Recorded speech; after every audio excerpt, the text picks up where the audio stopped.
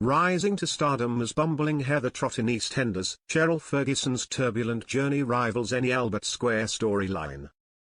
Now, nearing her 60th birthday, her explosive memoir, Behind the Scenes, offers a raw glimpse into her most unforgettable experiences. In new excerpts from her book, Cheryl discloses how she first encountered her Moroccan spouse, Yassine El Jamaouni, 39, who is 21 years her junior, after developing feelings during their online conversations. And according to her close friend and EastEnders legend Steve McFadden, who penned the foreword, when Cheryl tells a story, people listen. She is engaging and holds court like no one else. Yassine, or Yass, as I came to call him, was warm, funny and endlessly curious, Cheryl writes, reports The Mirror.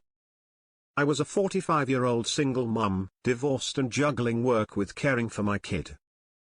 He was 24 and living in a suburb in Agadir, Morocco. He fixed computers in hotels, spoke Arabic, French and German and was teaching himself English from tourists, telly, music and now me. I was basically his human Duolingo, and we started typing to each other late into the night.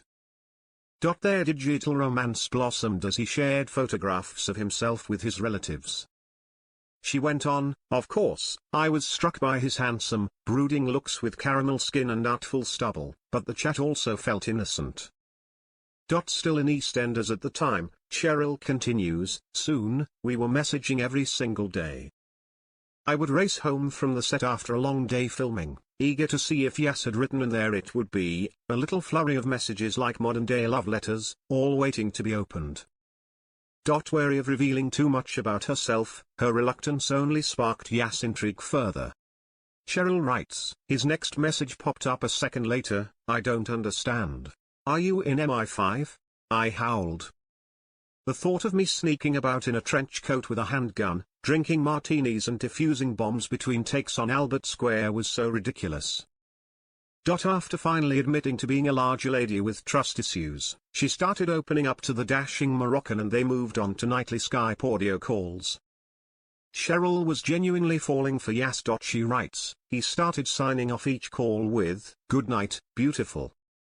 And one night, just before hanging up, he said it, I think I love you. I whispered it back, heart thudding, I think I love you too. Her emotions kept intensifying until, closing her laptop one evening sometime later, she resolved, I'm going to meet this man.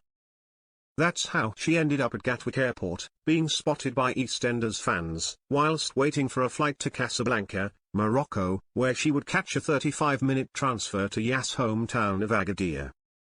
Upon arrival, the nerves began to kick in. She penned, my heart started to pound. I can't breathe. I can't breathe. What am I doing here?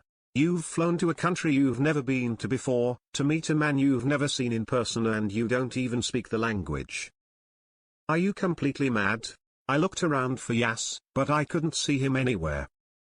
I fumbled for my bottle of water in my bag, hands shaking, when my trusty battered black case with the purple ribbon tied to the handle toppled over with a thud. I bent to grab it, another hand reached down at the same time. It was his hand, Yass' hand. And there he was. Just months later, she recalls Yass telling her, I knew the second I saw you, Cheryl, that you were my future wife and that I was going to marry you. And when she eventually accepted his proposal and told her EastEnders mate Steve McFadden, she writes, Steve gave a low chuckle and stood up to pull me into one of his trademark bear hugs. Blimey, he said, giving me a squeeze, it only took you going halfway across the world to find a bloke. You'd better tell the scriptwriters then. Heather Trott getting a Moroccan husband might be the best storyline they've had in years. But their wedding on 2nd of May, 2011, was far from romantic. She penned, it was the worst wedding I've ever been to. It was just me and Yass in a register office in Agadir. It was a small, tiled room that honestly felt about the size of a public toilet. The bloke marrying us looked like the spitting image of Mr. Bean. Married in a tiled toilet by a Moroccan version of Mr. Bean. Only my life, honestly! In 2015, Cheryl received a devastating cancer diagnosis affecting her womb and was informed she required a hysterectomy. She recalls, the doctor came in, closed the door gently behind him and gave me that look. "Cheryl," he said softly, "I'm really sorry. It's not good news. You have cancer.